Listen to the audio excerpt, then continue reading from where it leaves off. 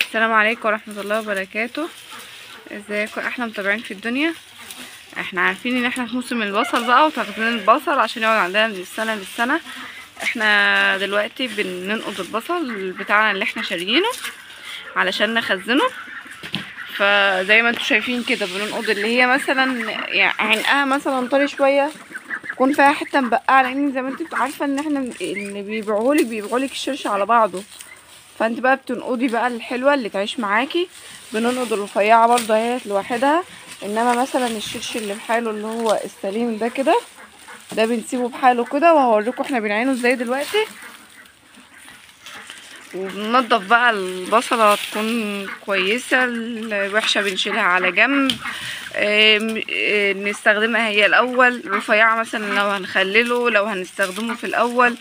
نبدأ ان احنا ننقض البصلة بصلاية كده، ونسيبه الشرش بحاله كده، يعني تسيبوه الشرش بحاله عشان احنا هنرصه زي ما انا هوريكم دلوقتي. يعني بنرصه شرش جنب شرش كده في اي مكان بقى، سواء انت بتعلقيه، سواء بتعينيه في صندوق، سواء بتعينيه في قفص، على حسب انت بتعينيه ازاي. بنرص الشرش جنب الشرش كده، وبعدين برضو لما تخلصي الرصه فوق بترصي فوق نفس الرصه دي كده اهو. ده البصل اهوت احنا قاعدين ننقط فيه اهو. ده فرداني بس سليم.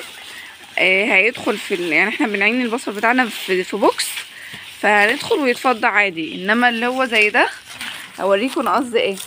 شفتوا يعني مثلا في حته زي ديت ما تستحملش ان هي تعيش. مثلا في حاجه زي ديت بتبقى عينها لسه طري، بنستخدمها هي الاول. تكون مثلا فيها خبطه، تكون مثلا العين بتاعها لسه ما نشفش، وبدل العين ما نشفش ما ينفعش ان انت تخزنيها من السنه للسنه. فالحاجات اللي زي دي كلها بنستخدمها هي في الاول اهوت. احنا لسه قاعدين بقى بننقط فيه زي ما انتم شايفين معانا كده اهو. ده هندخل دلوقتي نعينه في المكان اللي انا بعين فيه اهو. ده البوكس بقى اللي احنا بنعين فيه اهو. وده افضل طريقه للتخزين، يعني ان انت ترصي العرش فوق بعضه كده زي ما انا رصه كده. انا رصيت الصندوق وبرص كده اهو. شوفوا كل عرش جنب عرش اهو. انما بقى اللي يقولك ده انا بقص العرش والكلام من ده، لا، الطريقه ديت مش حلوه. اللي هي يقعد معاكي، هو يقعد معاكي فتره، انما ما يقعدش معاكي من السنه للسنه. انما دي افضل طريقه هي ان انت تخزني بيها.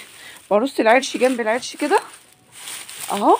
او في ناس بتعلقه عادي برضو، بتعلقي برضو من العرش، بتربطي العرش كده مثلا، سواء بتحط في جدار زي ده مسامير وتعلقي العرش بعرشه كده. دي طريقه برضو صح. بس احنا بقى عشان المكان وكده عندنا الصندوق ده كنا بنربي فيه فراخ، بس من على الظهريه من فوق باظ، فبنيومها بقى واحنا بنخزن فيه البصل. بنرصه كده زي ما وريتكم كده مع بعض. بنرص العرش جنب العرش كده اهو.